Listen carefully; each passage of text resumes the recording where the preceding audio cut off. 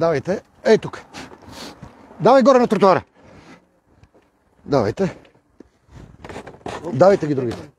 Давайте ги другите. Супер. Давайте ги другите. Станки, опъвай. Ставай тук и започвай.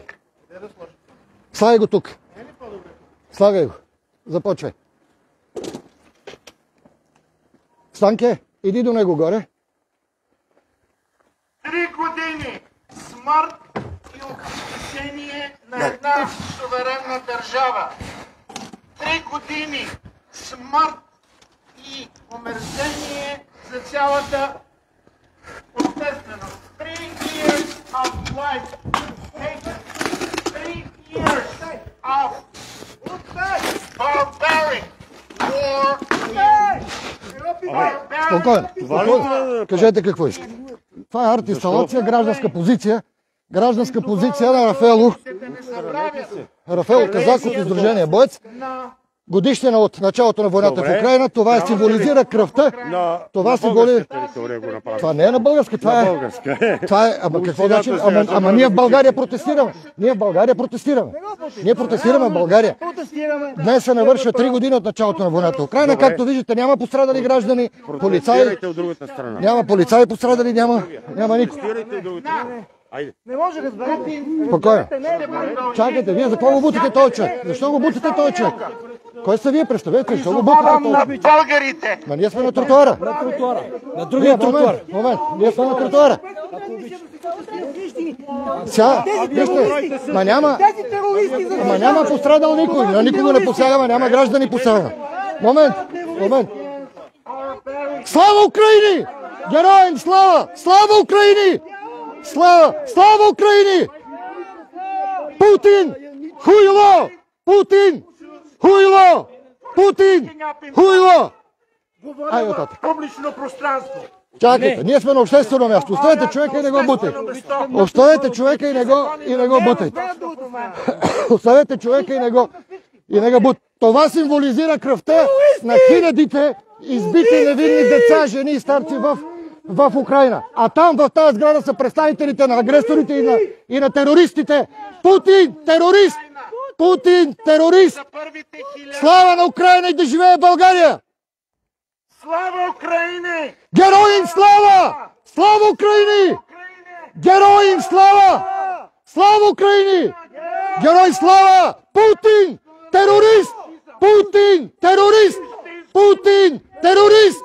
Путин ще изгуби, защото цивилизацията... Дружение Боец и Рафаел Казаков се намираме пред руското посолство, където направихме тази акция, отбелязвайки 3 години от началото на войната на Русия срещу Украйна. 3 години разрушения, 3 години смърт. Той трябва да спре. Путин, терорист, слава на Украйна и да живее България! Normality, decency and humanity will always overcome. We are dealing with an international criminal Чакай, тук съм, аз съм на пътя вече. Не дайте да ни бутате. Не дайте да ни бутате. Ма не ме бутай. Вие ме бутате в момента. Ето, аз си стоя на място. Stalin and the like.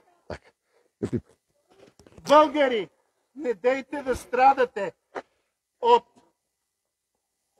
умора на състраданието. Разберете, тази война... Чакай. Оставете хората и не ги докосите. Не ги докосите, бе. Ние сме на обществено място. Така, не го пипай.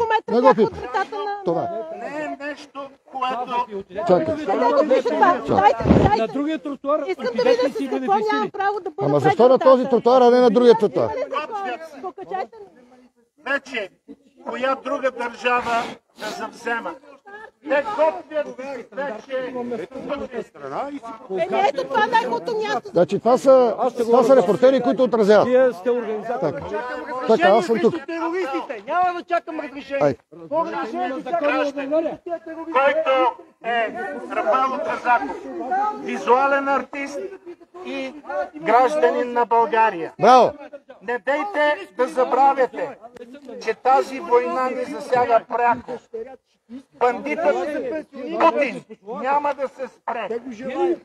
Изводите вече чертаят графиците и плановете за следващите завоевания. Когато си заспал, можеш и да не се събудиш. Нека да не бъдем заспали. If you're sound asleep, politically speaking, in this case, you might not wake up. Let's be citizens of our country. Let's be decent people, and let us stand up with Europe as one. Glory to the heroes. Glory to Ukraine. Slava Ukraine! Героям слава! Слава героям! Слава Украине! Героям слава! Това приключихме. Утре 18 часа всички пред президентството. Бойт заедно с нашите украински приятели ще бъдем там, за да отбележим още веднъж 3 години от началото на войната и да заявим отново нашата подкрепа за Украина до пълна победа над агресора. Тръгваме! Тръгвайте! Тръгвайте! Изтегляйте се. Пред мен всички. Стади. Всички пред мен. Тръгвайте.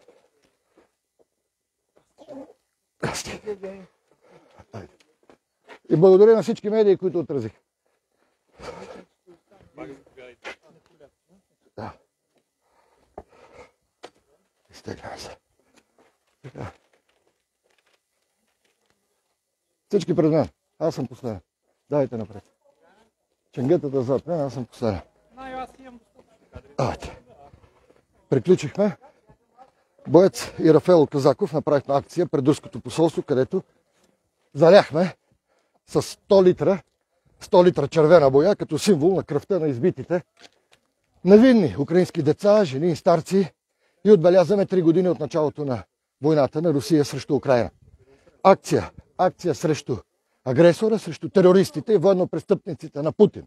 Утре 18 часа всички пред президентството, боец непримиримите граждани, нашите украински приятели от украински вулик и Мати Украина, ще бъдем там, за да отбележим всички заедно тези 3 години и да заявим отново нашата победа за Украина до край, нашата подкрепа до пълния успех на Украина в войната. Бой срещу мафията и бой до дупка.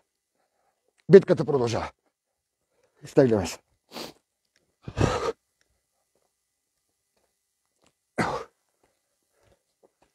Спряли го?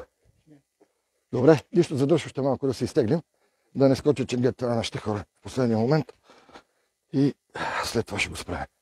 Аз съм... Дали няма друг зад мене? Така. Идвай! Идвай! Станка Желева също е с нас. Благодаря ти. Еми как виждаш, все сме в битка. Утре ще се видим пак на площада. Ако не ни закучай до тогава. Да, утре 6 часа на президентството, да. Заедно с украински вулик и с Мати Украина. Белязваме. А ти как си? Ти как си, бър?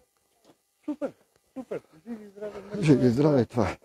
Мърдаме и водим битката и така. Хайде, стани ми най-пред мен. Най-ченгета отзад, аз съм. Между вас е ченгетата. Дай напред.